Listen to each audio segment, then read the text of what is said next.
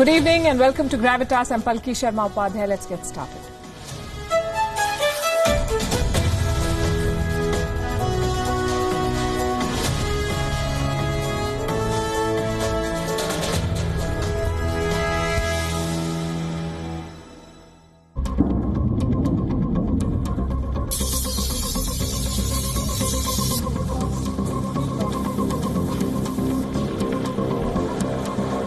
Russia has amassed more than 150,000 troops around Ukraine's borders.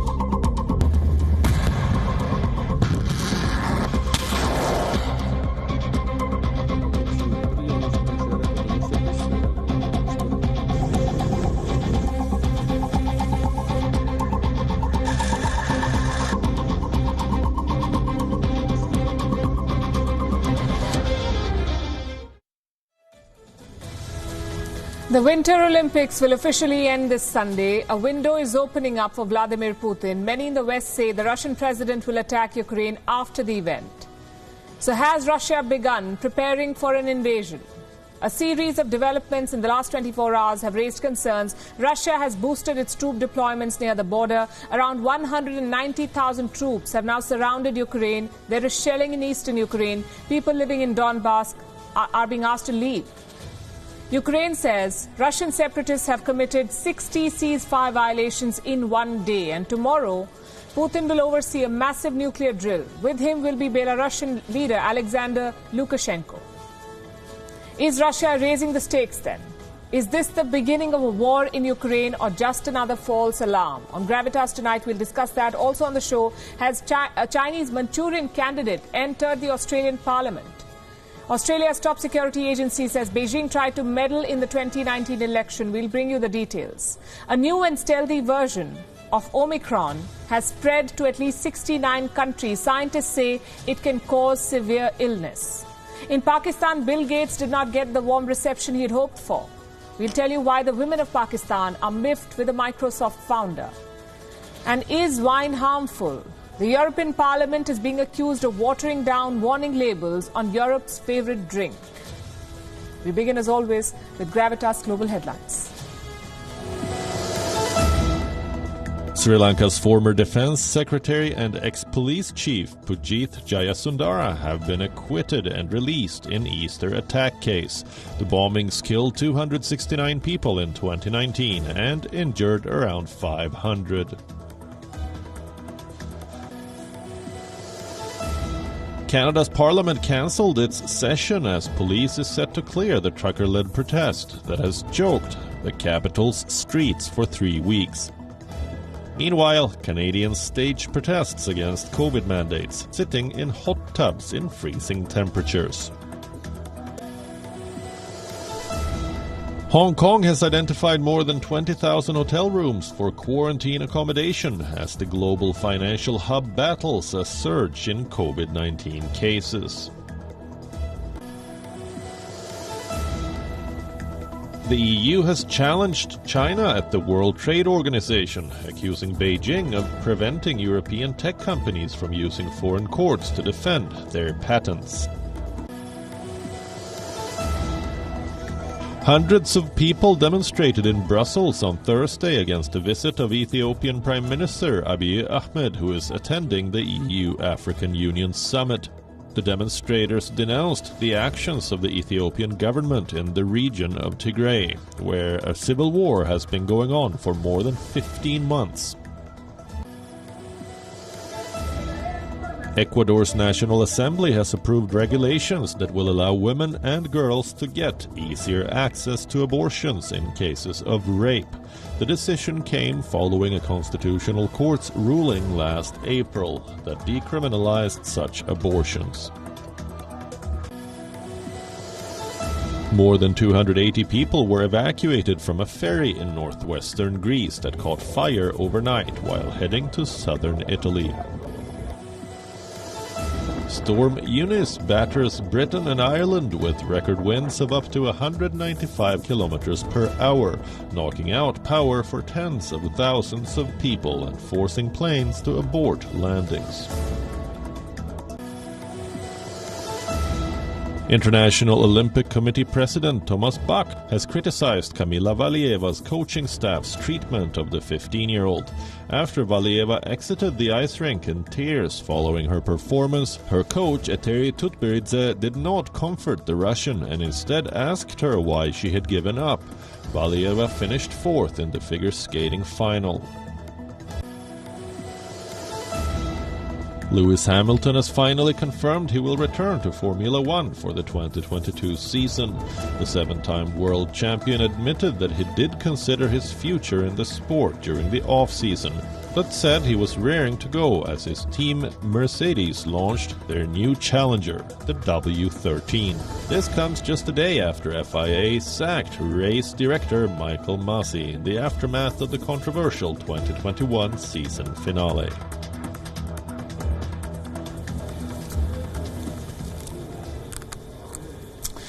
What is happening in Ukraine? Is a proxy war underway, or is Russia pulling its troops back? In the last 24 hours, tensions have increased. Reports say 190,000 Russian troops have now surrounded Ukraine. The shelling in eastern Ukraine has not stopped, and Russia seems to be escalating tensions, this time with a nuclear provocation.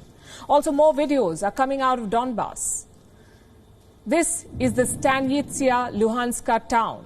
A kindergarten was targeted here yesterday. Bombs have now reached homes. One eyewitness captured this.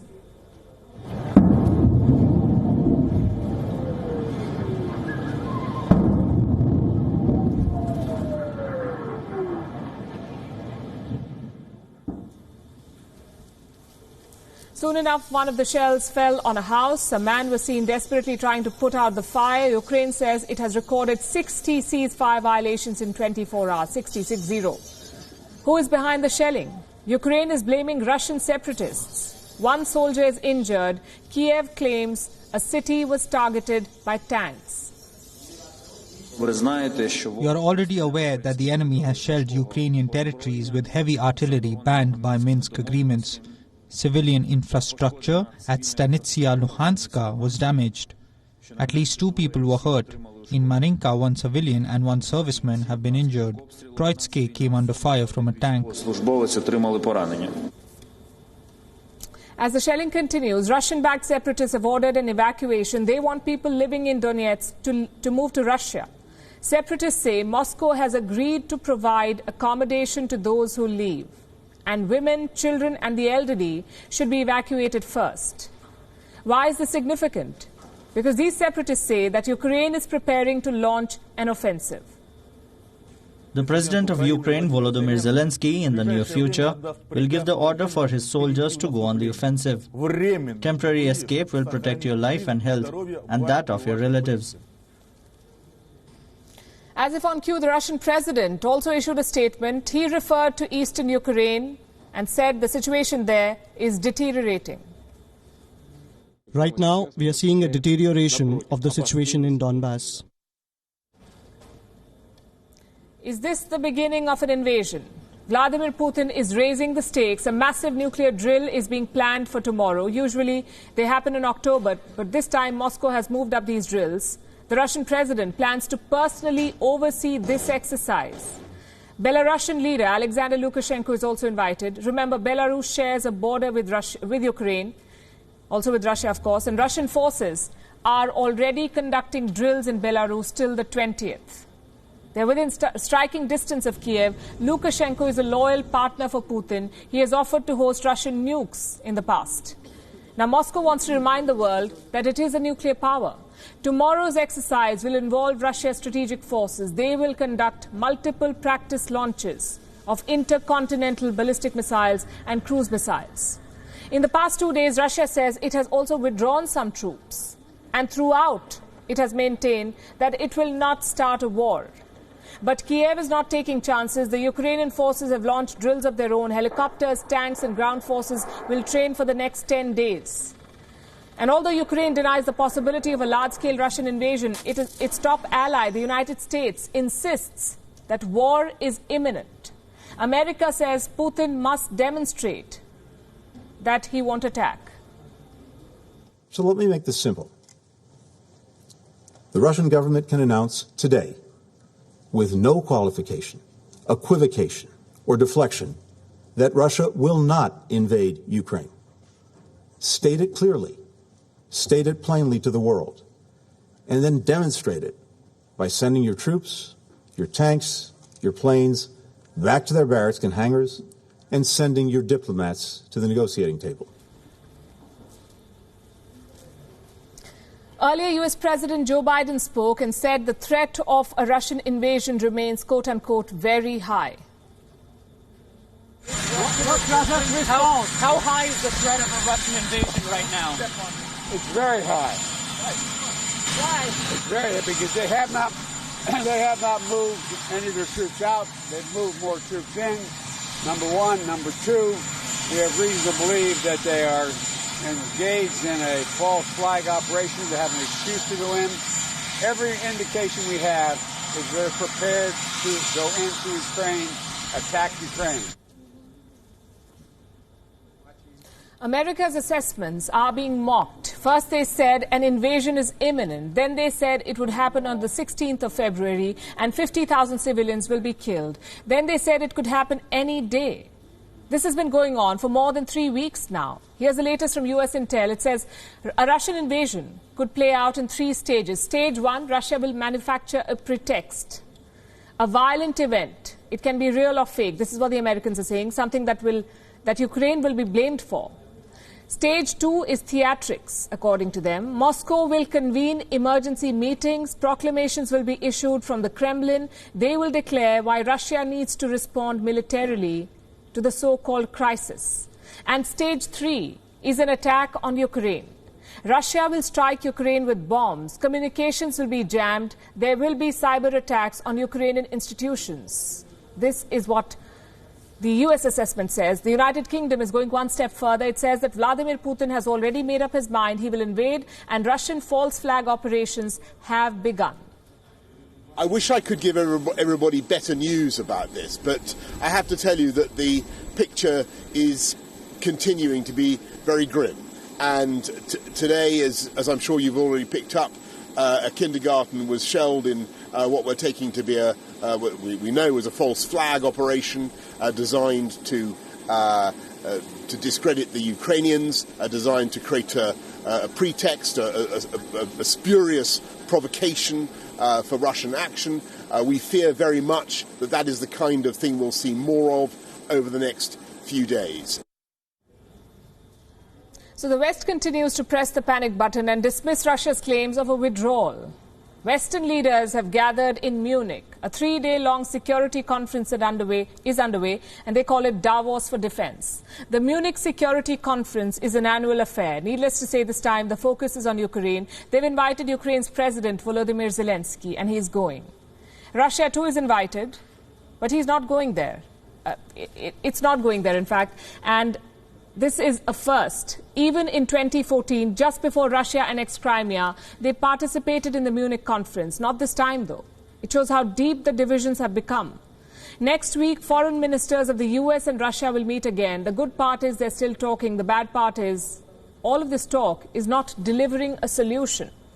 Perhaps they should pay heed to what India said at the United Nations Security Council. We must take into account the quote-unquote legitimate security interests of all countries.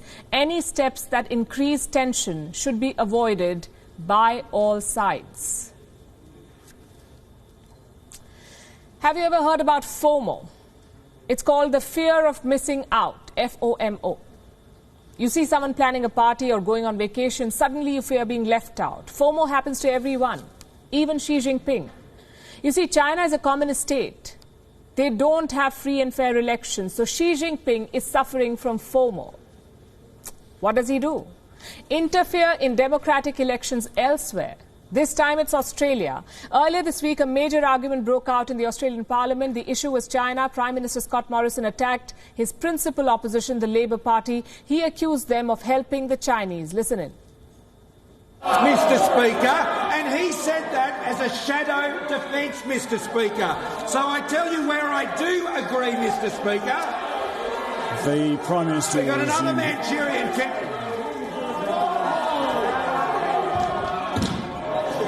I didn't hear it. What? Just hang on. Just wait. Just everybody calm down for a moment. That's a strict no in Parliament. Morrison called the Deputy Labour leader a Manchurian candidate. What does that mean? Basically, a politician who is working for the enemy. For example, if a US senator is on Russia's payroll or a Russian oligarch is a CIA spy, the idea is to destroy a country from within. Are Manchurian candidates real? It's a bit of a stretch. Politicians running for office are subjected to intense background checks and scrutiny. Having said that, allegations do pop up. Henry Kissinger was called a Manchurian candidate in 1975. This was after he brokered the US-China normalization. So was Donald Trump. But these charges were never proved. They were made up by political rivals. Chances are this one is also the same. Australia's federal elections are slated for the month of May. Prime Minister Scott Morrison is facing multiple domestic challenges. His economy is struggling, his lockdowns have hurt livelihoods, and his party is trailing in the opinion polls. So Morrison desperately needs a win, and nothing sells more than national security. Does that mean that China is innocent? Far from it. They may not be a Manchurian candidate, but Chinese interference is certainly a fact. Australia's top security agency has admitted it. Last week, they published a damning report on the 2019 elections. I'll show you the major takeaways. Number one, a foreign power tried to fund political campaigns in Australia. Number two, this plot was led by a so-called puppeteer. And number three, if elected, these candidates would relay information to foreign agents.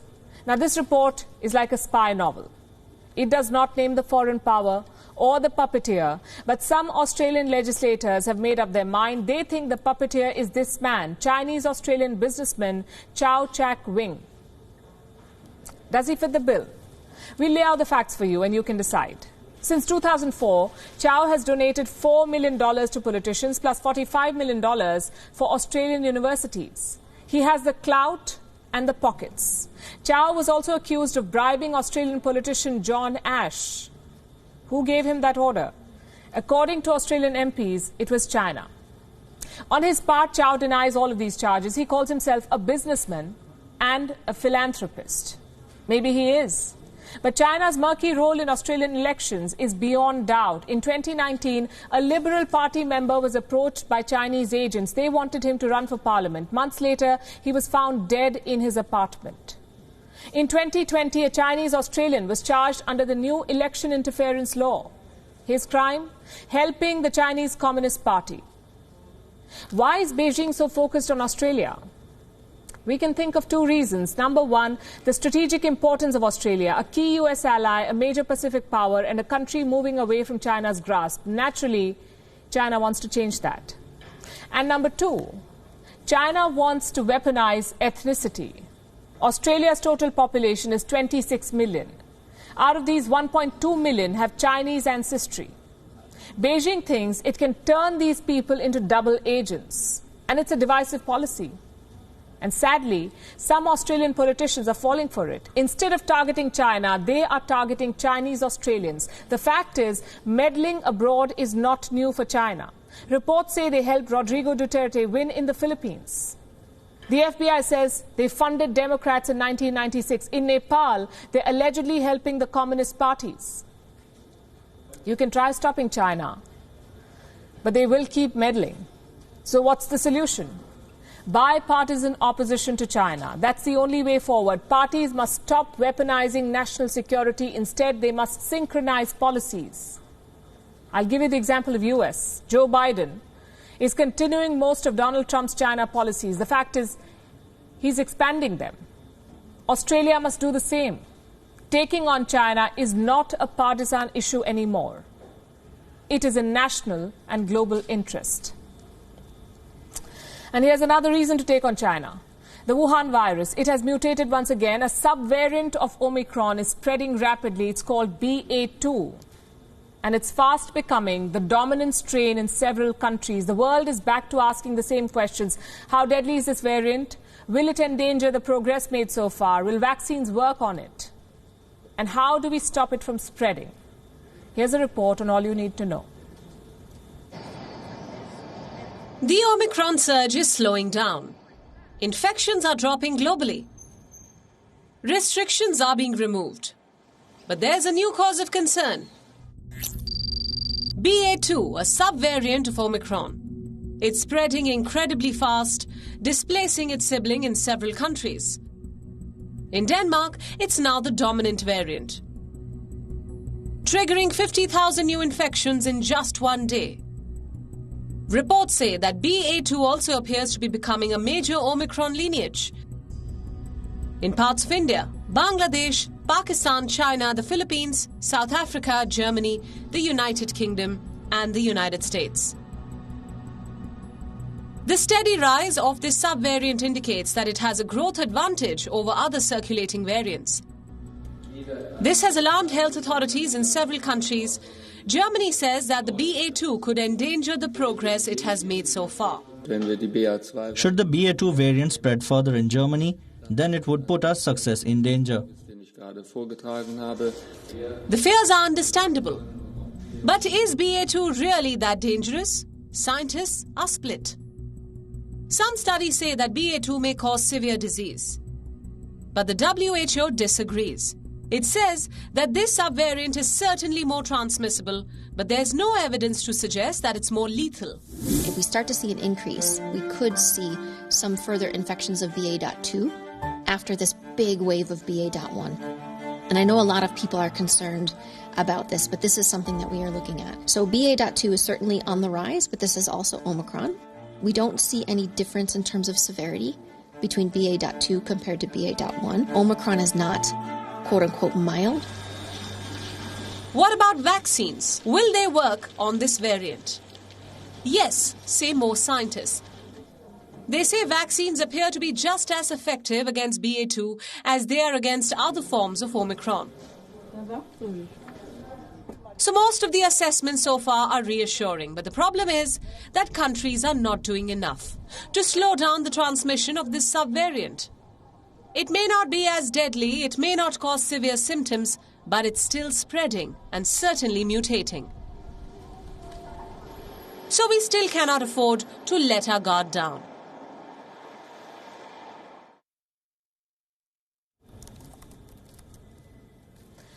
On the 17th of February, Pakistan received a very special guest, the second richest man in the world, also the co-founder of Microsoft, Bill Gates. He went there on the special invitation of Pakistan's Prime Minister Imran Khan, a fact that he could not help but stress on. He came on my invitation, said Imran Khan in a self-assuring tweet. The question is, what for? Why did Bill Gates go to Islamabad? To discuss the elimination of polio. Now, for the unversed, the Bill and Melinda Gates Foundation is part of the Global Polio Eradication Initiative, and Pakistan is among the only 2 countries in the world where polio virus continues to paralyze children. The other one is Afghanistan. So Bill Gates went there to assess the progress Pakistan is making, also to provide some humanitarian assistance. But despite these gestures, he seems to have upset certain Pakistani citizens, women in particular. That's because he did not meet them. There were no women present in any of his meetings, and Pakistani activists are raising this. A fierce debate is on. People are sharing pictures of his interactions, slamming the Pakistan government for the lack of representation and questioning Bill Gates for not trying to reach out to them. They're sharing reports like these, pointing out how Pakistani women have been at the front lines of polio eradication despite all odds, how they've been leading anti-polio campaigns, working in difficult border regions and persuading families to immunize children. Last we checked, the Gates Foundation had not acknowledged their complaints.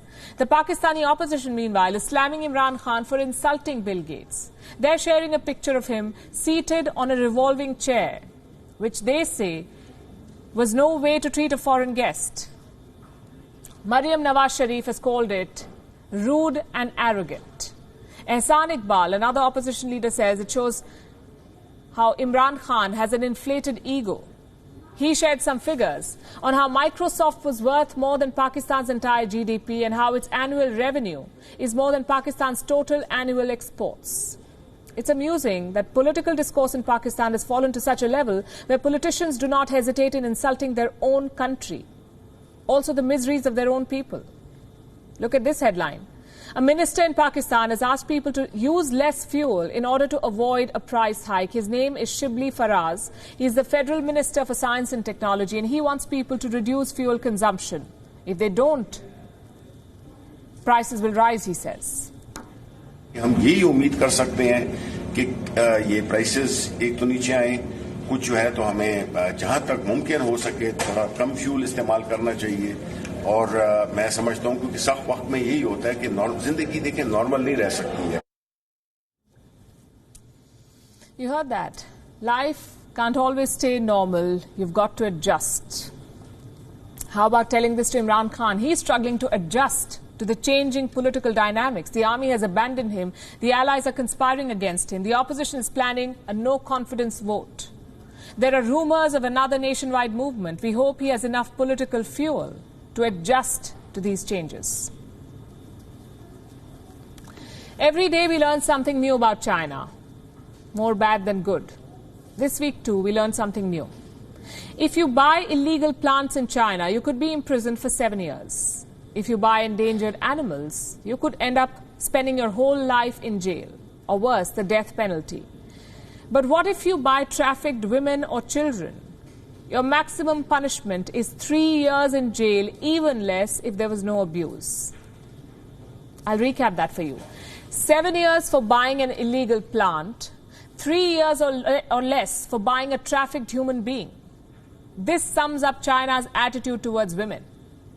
Why are we talking about this now? Because a new video has emerged on Chinese social media, and I have to warn you, it is not easy to watch. This video is from the Jiangsu province. Notice the woman's neck. There's a chain around it, and that chain runs all the way to the wall. This woman is battered, disheveled, and chained. Remember, this is happening in 2022. This is happening in a country that wants to be a superpower, that wants to run the world, yet Chinese women are treated like slaves and cattle. This video was shot in January. So far, it has more than 2 billion views. Chinese citizens are furious. They began asking questions after seeing this. They asked whether this woman was trafficked. Guess what the Chinese government did? Well, what they do best, they lied. The Chinese government said this woman was not trafficked, that she was married in 1998 and now had 8 children. Then why was she in chains? Apparently, she had a mental illness. The Chinese government could see only one crime in this whole story. The woman has 8 kids, but China had a one-child policy. That's all they could see. The chains, the dubious background story, none of it mattered. The only crime was having more than one child. As expected, people did not buy the story. And some of them took matters into their own hands. 2 Chinese women set off to help this chained woman. They trekked to this tiny village in eastern Jiangsu. Guess what Beijing did? Again, no surprises. Both these women were arrested. You wouldn't expect anything less from China. For them, this is not a crime. It's a bad headline, especially in the middle of the Winter Olympics. So they lied about the chained woman, arrested people who tried to help her, and brushed this story under the carpet. Now, normally, such a strategy works. The state media successfully kills an anti-China story, but this time it did not work. The video grew bigger on social media, and finally China had to admit the truth. The chained woman is indeed a victim of trafficking. She does have 8 children. She was married once, but in 1996 she was diagnosed with a mental illness. She was sent to Jiangsu for treatment. Instead, she became a victim of trafficking. And this story reveals the nexus of 3 crimes: China's harassment of the mentally ill, their blind eye to trafficking, and the inhuman treatment of women. Put together, it's a massive crime syndicate. I can show you the chronology. For decades, China followed the one-child policy. Most families preferred boys over girls. The result was this: a massive gender imbalance, more men than women in the Chinese society. So what did families do? They bought girls for marriage. Reports say as young as 14. These girls were raised in the same family as brides for their son. How big is this problem? Well, this being China, it's hard to say. Their courts and police are not exactly transparent. But we do have some conservative estimates. Reports say 20,000 trafficking cases were reported in 2012. In 2019, 4,500 cases were filed. Again, these are conservative estimates. Chances are the real numbers are much higher. Does the Chinese regime have a plan to solve it? In fact, here's a better question. Do they want to solve it? China's criminal code was written in 1979. Here's what it says on trafficking. If you sell a woman or child, you could get 5 years in jail or even death. But if you buy a woman or child, no punishment. It was amended in 1997. Buyers could now be punished with 3 years in jail. But even then, there was a catch. If the victim was not abused, no punishment. A second amendment was introduced in 2015. The no abuse clause was changed. Today, even if the victim is not abused, you will be punished. But your jail time will be less. And these amendments, frankly, are toothless. There cannot be an excuse for trafficking women. The presence or absence of abuse should not affect the judgment. But then again, we're talking about China.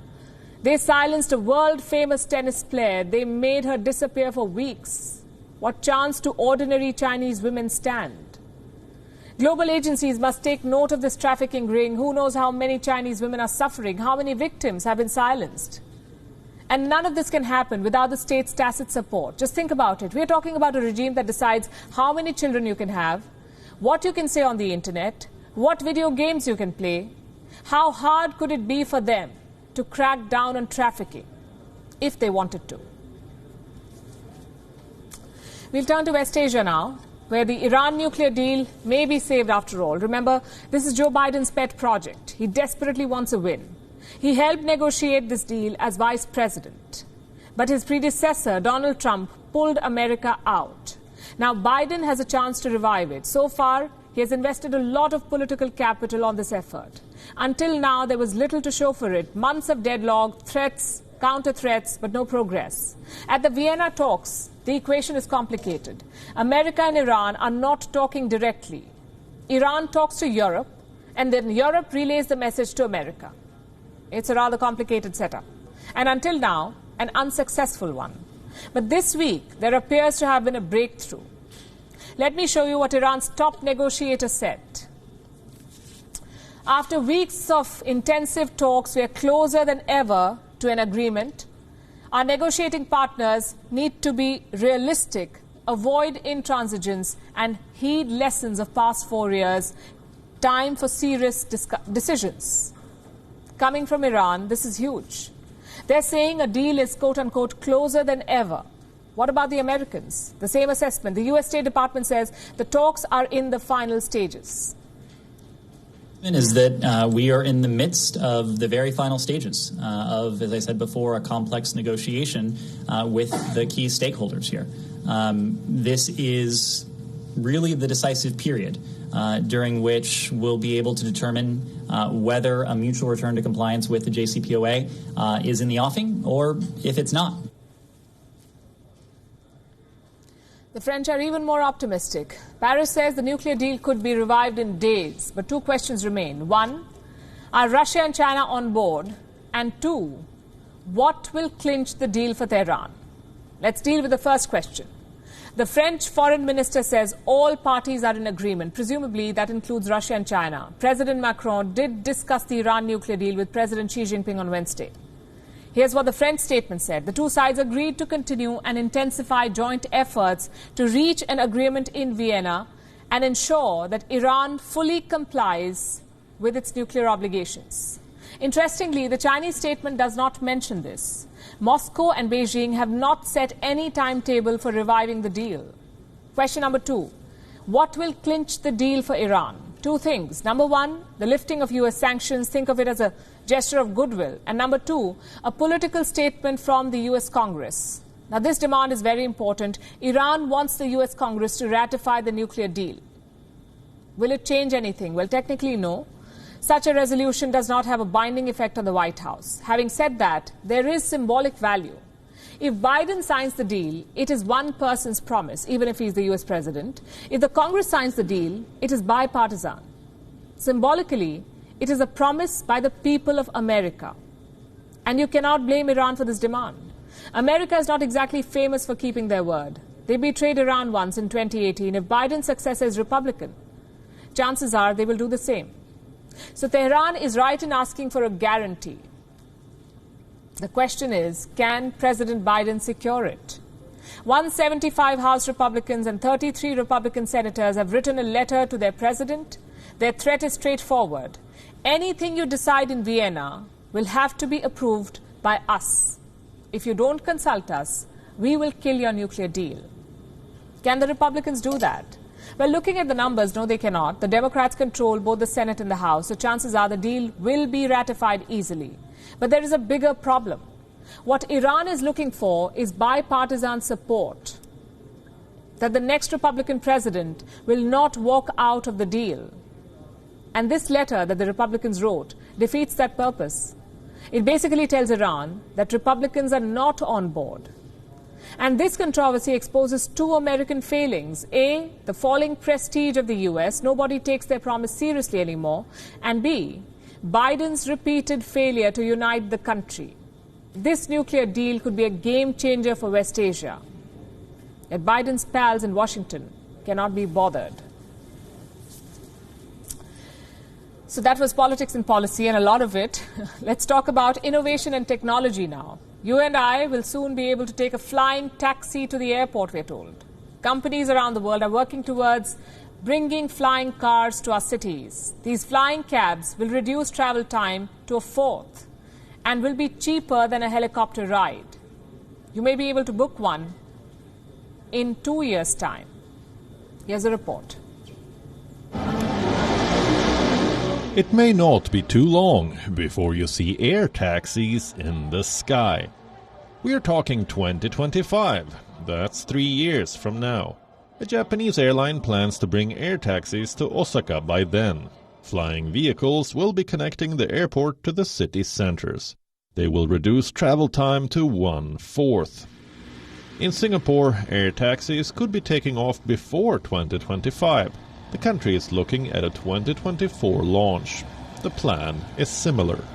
The taxis will connect the Changi Airport to Marina Bay and Sentosa. They will reduce travel time and hassle. Singapore completed flying taxi trials in 2019. All that's left now is a commercial rollout. A popular Asian airline is planning to bring air taxis to all Southeast Asian countries by 2025. Orders have been placed for at least 100 flying cars. Boeing is building these flying taxis. So is Airbus, Hyundai, and several other big companies. Now the question is, how will these flying taxis look? Well, very different, not just from our present-day cars, but from each other. Air taxis will come in several shapes and sizes. Some will have helicopter-type rotors, some airplane-type wings. There will also be air taxis that will look like our conventional cars with wings. Basically, designers are going all out. These flying cars are expected to cover 280 kilometers in an hour. An airplane covers up to 930 kilometers per hour. A fast car on a highway covers 120. So, our flying taxis will be somewhere in between cars and airplanes. But isn't that where helicopters come in? If the idea is to have urban air transport and flying vehicles that take off vertically, can't we just have more choppers instead? Well, we can.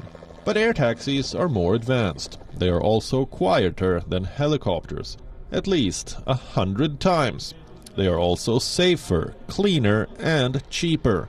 Currently, a helicopter ride from Manhattan to New York's John F. Kennedy Airport costs $200. A shared air taxi ride will cost $70. That's less than half. Urban air taxis are basically cleaner, cheaper, and better-looking choppers. A Frost & Sullivan study found 430,000 such air taxis could be flying in our skies by 2040. Morgan Stanley believes the autonomous urban aircraft market could be worth $1.5 trillion by 2040. That's a lot of money and a lot of time saved in traffic. We look forward to happy landings.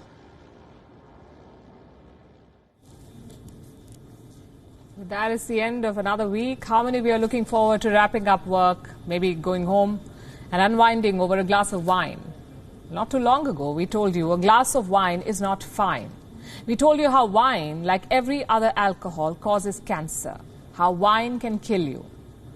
And you may be wondering, what calls for this grim reminder on a Friday evening? Well, our elected parliamentarians, they never fail to surprise us. Members of European Parliament are encouraging wine drinking. Something unusual has happened in the European Parliament. A special committee on beating cancer had put forward a proposal. This committee wanted Europe to have warning labels on wine bottles, and these labels would warn consumers about the risk of alcohol drinking, basically flag the link between wine drinking and cancer. But lawmakers voted against these labels, and you won't believe why. Members of the European Parliament said moderate consumption of wine is part of quote-unquote well-known Mediterranean diet. So the parliamentarians came up with a counter-offer, more like a compensatory offer. Instead of a cancer label, why not add a cautionary label? You know, stick labels telling consumers about the risk of excessive the risk of excessive drinking. Now, this proposal, they happily voted for. Basically, they agreed to tell the consumers what they already know, that drinking too much is bad. But these members of European Parliament, MEPs, refused to tell consumers that wine drinking can cause cancer. This information, the Parliament hid. Now, in Europe alone, an estimated 10% of all cancer cases in men and 3% of all cancer cases in women are attributed to alcohol consumption. Not many people know of this, neither in Europe nor outside. In fact, not many people know that a glass of wine is not fine. We are living under the impression that wine is good for our body, basically our heart. It is not. Wine, like every other alcohol, is dangerous. It causes cancer. It has the potential to kill you. But there is no awareness about this. The health label was meant to create that awareness. It was meant to help fight cancer. Why do you think the European Parliament shot it down? Not because of Mediterranean cuisine or culture, but because of greed, because of money. I'll show you some numbers. The European Union is the world's leading wine producer. It produces 64% of the world's wine. It is home to 45% of the global wine growing area. People living in the EU consume 48% of the world's wine. Imagine this. The rest of the world put together, Asia, America, Australia, Africa, consume 52% of the world's wine. The EU alone guzzles 48%. Any idea how much money Europe is making from all of this wine? Its wine market is worth $147.5 billion. Wine is the European Union's largest agri-food export. If people stop drinking wine, how will Europe make money? If people start living a healthier lifestyle, what will happen to Italy's wine and cheese? Not too long ago, the World Health Organization put out a press release. It said, based on data collected between 2010 and 2016, it has been found that 290,000 people lose their life in Europe every year because of alcohol attributable cases. The WHO urged Europe to do more to reduce these numbers. But who cares about numbers or cancer when the focus is money? Hiding cancer risk from wine bottles helps Europe make that money. No wonder a factual label is being hotly contested in the European Parliament. Italian MEPs were the ones leading this campaign to hide critical information. Italy, FYI, is the world's largest wine producer. And 3 MEPs, Paolo De Castro, Herbert Dorfmann and Pina Piscierno, led the campaign to hammer the health warning label. They later issued a victory statement. Let me tell you what the statement said. We have managed to get rid of the senseless recommendation to put health warnings on wine bottles as we do with packets of cigarettes. So health warnings have apparently become senseless. Well, how will sense prevail when you don't mind compromising on health because of economy? Let me tell you how the story ends. The European Parliament has rejected the cancer label. They won't tell people that wine drinking can cause cancer. They've rejected the theory that there is no safe level for alcohol consumption, meaning a glass of wine is not fine. Even a sip of wine is not fine. That's what science says. In fact, science is pushing for this awareness. But European Parliament is blocking critical communication because it has put its money elsewhere. The end result is this. It reads, cancer 1, economy 1, and health 0. With that, it's a wrap, leaving you with Gravitas Images. Have a good weekend. We'll see you on Monday.